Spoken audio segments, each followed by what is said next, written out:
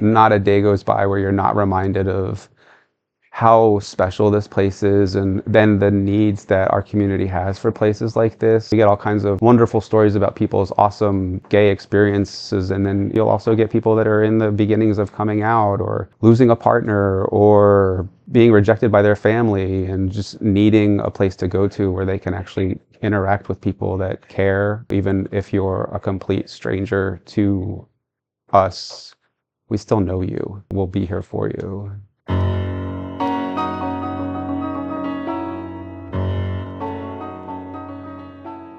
Giovanni's Room is the oldest continuously running queer bookstore in the country, founded in 1973 by 3 friends. The mission is to provide a safe space for people to come, to just get educated and interact with other queer people. Over time, different people have sort of taken over and run the establishment. I am the store manager and the book buyer. It was actually a sort of lifelong dream to work at Giovanni's Room. Visited first when I was a lot younger.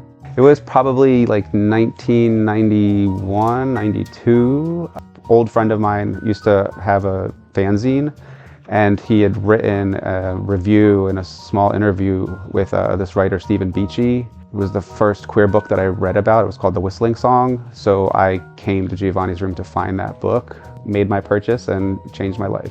It actually inspired me the first time that I read it to sort of sell everything I owned and buy a Greyhound bus ticket across the country, which was something that I would have never thought possible. I moved to San Francisco and ended up living next door to someone who worked at Different Light and said that they were looking for people. So I went over and got a job, and it was amazing. I mean, being like in my early 20s, working at a bookstore in the Castro, inundated with like queer people of all shapes and sizes and varieties, and it kind of set the tone for how I wanted to live the rest of my existence. Not have to be in the straight world, and that there were options for us that didn't involve that, and just be completely yourself.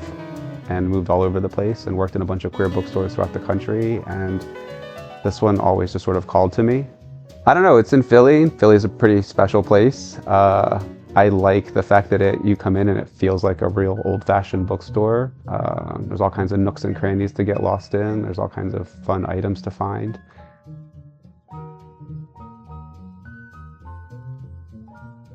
It's an institution in the city. It's the kind of place that the community actually literally built. People from the community are the ones that came in when they bought this building, for instance, and actually built out the shelving and the stairs. And Ed Hermance and Arlene Olshin took out a loan from the community to be able to purchase this place, and then were able to pay everybody back. We took over the second building in 1986. Again, they came in and constructed doorways between the 2 buildings.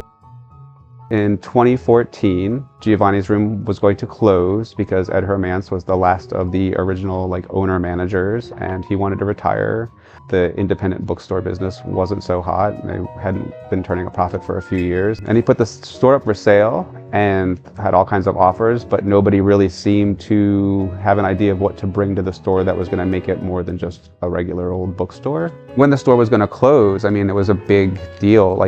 MTV came and did a report on it. It was all over the national news. People were really upset that they were losing this store. You'll get people that come in and they'll talk about, oh, I went on my first date here, tell you some life events that happened. We recently had a wedding here for the first time in our history. We had a young couple propose here on Valentine's Day.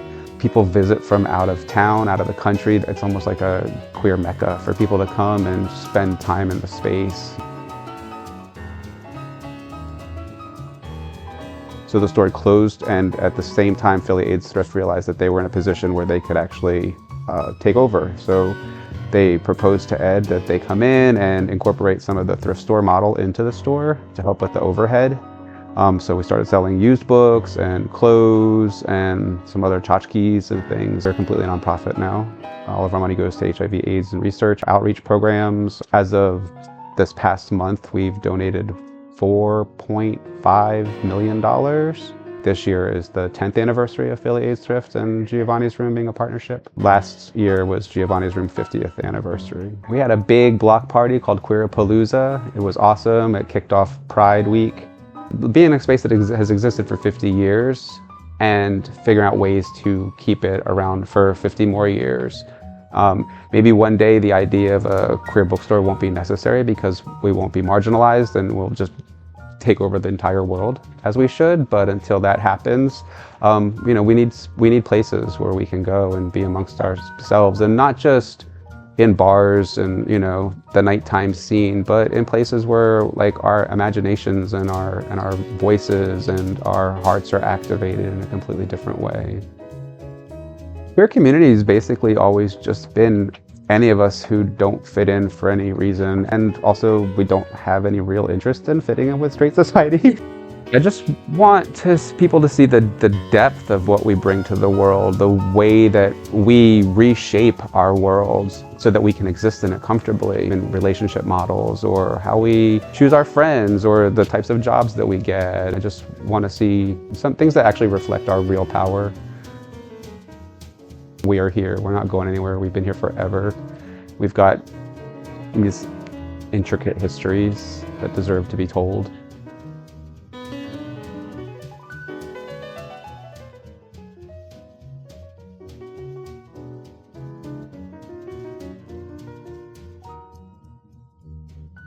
Is there anything else you would like to add before we wrap up? Turn it down! Free Palestine!